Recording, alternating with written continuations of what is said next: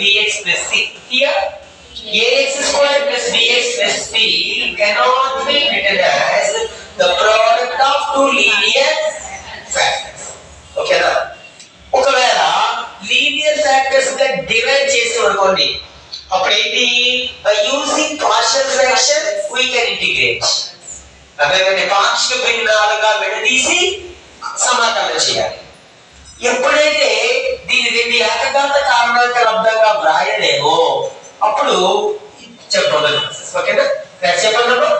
ఇక్కడ ax plus bx plus c రెండు ఏకఘాత కారణాంక లబ్ధంగా వ్రాయలేకపోతే అప్పుడు integral ax plus b by ax square plus bx plus c is into dx is equal to మొదట a by 2a. ఏంటమ్మా? a by 2a. Log mode హారం. ఏంటి హారము? ax square plus bx plus ఏంటమ్మా? అదేనా? మరి తరువాత 2b మైనస్ a. ఏంటమ్మా? ఇక్కడ b వచ్చింది కాబట్టి స్మాల్ a, ఇక్కడ a వచ్చింది కాబట్టి ఏంటమ్మా? చెప్పు. న్యూమరేటర్ ఏంటి?